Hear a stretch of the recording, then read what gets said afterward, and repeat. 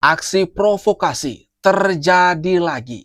Kali ini dilakukan oleh Ruslan Buton, merupakan pecatan TNI.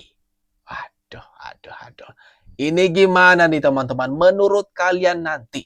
Ini dia videonya. Mari kita tonton bersama. Terutama di sini adalah tangkap dan adil Jokowi. Yang lain-lain menyelesaikan. Kita juga semuanya mendukung. Tetapi di sini saya peringatkan kepada seluruh anak-anak bangsa dimanapun berada. Peristiwa yang kemarin terjadi tanggal 25 sampai tanggal 31 Agustus. Sejak awal saya sudah mewanti-wanti bahwa ada kekuatan tertentu yang berada atau yang menunggangi gerakan ini. Sebagian juga saudara-saudara kita yang memang berjiwa nasionalis juga turun ke jalan. Jadi ada dua kelompok besar.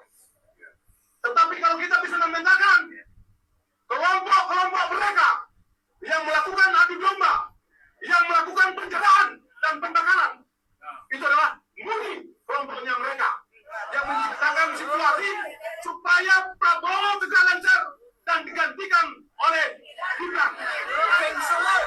Ini tidak bisa digunakan. Waduh, lagi-lagi yang salah adalah Pak Jokowi dan Mas Gibran. Kejadian aksi demo antara 25 sampai 31 Agustus yang lalu. Lagi-lagi dituding adalah kesalahannya Mas Gibran dan Pak Jokowi. Tetapi satu pembelajaran penting yang bisa kita petik dari itu, bahwa tidak ada kekuatan selain persatuan. Kita bisa buktikan, tidak ada kekuatan selain persatuan.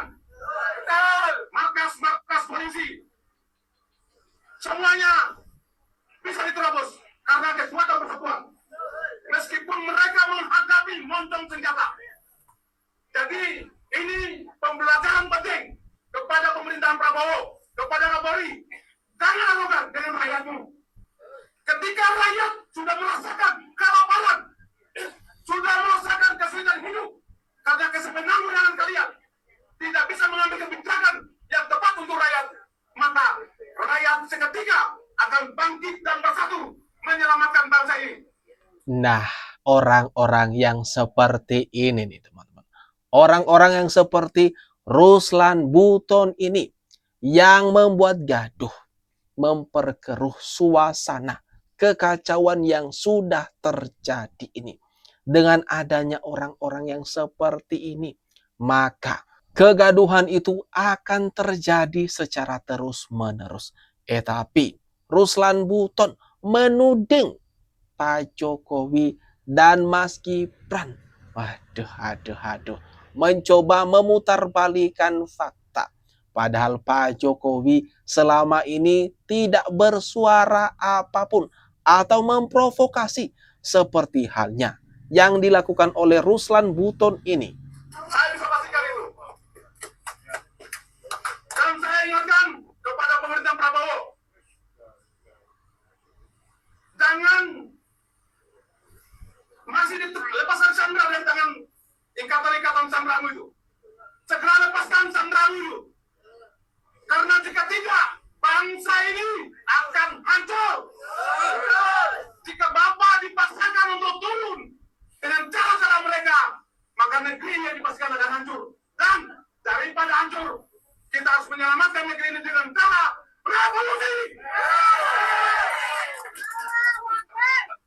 Tidak ada cara lain. Selamatkan negaramu. Negeri ini bukan punya presiden, bukan punya DPR, bukan punya siapa-siapa, tetapi punya masyarakat. Kita semua. Setuju? Bangkit dan bersatu. Kalau ingin Revolusi diteriaki oleh Ruslan Buton ini, teman-teman. Waduh, ada dua kekuatan besar. Copot Kapolri, adili Jokowi, dan makzulkan Gibran. Waduh. Ini gimana teman-teman? Menurut kalian, aksi pernyataan yang dilakukan oleh seorang pecatan TNI ini Jangan lupa komentarnya di bawah ini. Sekretariat bersama. Kami berharap dengan terbentuknya sekretariat bersama ini dapat mewadahi teman-teman pejuang yang peduli dengan kelangsungan negara kesatuan Republik Indonesia yang kita cintai ini. Kita tahu kondisi negara kita sekarang lagi compang-camping. Jadi dengan membentuk sekretariat bersama ini yang tadi saya sampaikan oleh Bung Faisal Assegaf, setelah ini mungkin kita akan menghimpun rekan-rekan yang lain dalam satu wadah. Kita tahu persatuan itu adalah kekuatan. Dan untuk menghadapi kelompok bajingan yang ada di negara ini perlu kekuatan. Nah, karena itu mudah-mudahan ini jadi wadah. Ya saya katakan kelompok bajingan. Jokowi itu bajingan.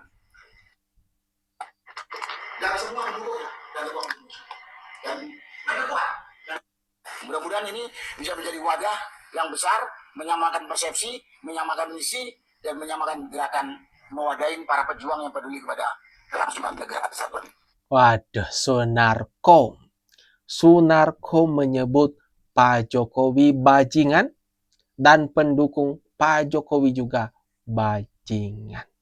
Aduh. Ini gimana nih teman-teman? Menurut kalian kata-kata yang dikeluarkan oleh orang-orang ini, barisan pembenci Pak Jokowi, mereka berusaha terus masuk, mau merusak suasana, mau merusak hubungan baik antara Presiden Prabowo dan Pak Jokowi, juga hubungan harmonis antara Presiden Prabowo dan Wakil Presiden Gibran. Sebetulnya melalui perilaku nepotis, politik dinasti yang dilakukan oleh Joko Widodo itu adalah kejahatan. Dengan begitu, Joko Widodo penjahat. Dengan nepotisnya, dengan kelompoknya, keluarganya, termasuk Gibran, Anwar Usman, Bobi Nasution, Iriana. Itu keluarga penjahat, saudara-saudara. Saya kira ini. Kenapa kemarin petisi 100 makbulkan? Kenapa sekarang harus tangkap dan adili? Saya kira itu poinnya. Nah, Waduh, Rizal Fadilah mengatakan Pak Jokowi, semua keluarganya, keluarga semuanya nama-nama disebutin satu persatu merupakan penjahat. Aduh. Prabowo respon aksi anarkitis, jangan mau terus diadu domba. Nah, seperti yang barusan saja kita dengar, kita tonton ini, merupakan bagian dari aksi adu domba yang dilakukan oleh Rizal Fadilah, Ruslan Buton, maupun yang diucapkan oleh Pak Sunarko yang barusan saja kita tonton bersama. Nggak mau spill, cuma ternyata ada pembeli yang langsung memborong 300 buku. Tapi saya dipesan nggak boleh sebut namanya. Ya oke. Inisialnya RRT.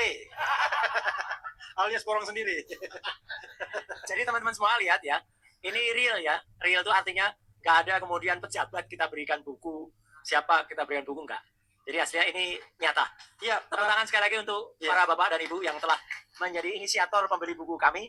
Karena kami nggak ada apa-apa, kami juga bukan siapa-siapa. Kalau tidak ada pre-order dari bapak dan ibu, kami juga belum mencetak buku kemarin. Jadi ini tidak ada orang besar di belakang kami, apalagi orang krempeng di belakang kami. Nggak ada. Orang keren. Waduh. Dari perkataan Dr. Tifa tadi, dia menyebut kalau buku mereka ini ada yang memborong 300 buku sekaligus. Tapi langsung disahut sama Refli Harun, ya iya, trio RRT yang memborong. Endingnya daripada orang-orang ini, teman-teman, kenapa malah jadi jualan buku? Atau ada taktik, atau ada trik licik di balik ini semua? Seperti sempat heboh kan, ada orang besar, ada yang membengkengi, ada yang mendanai mereka.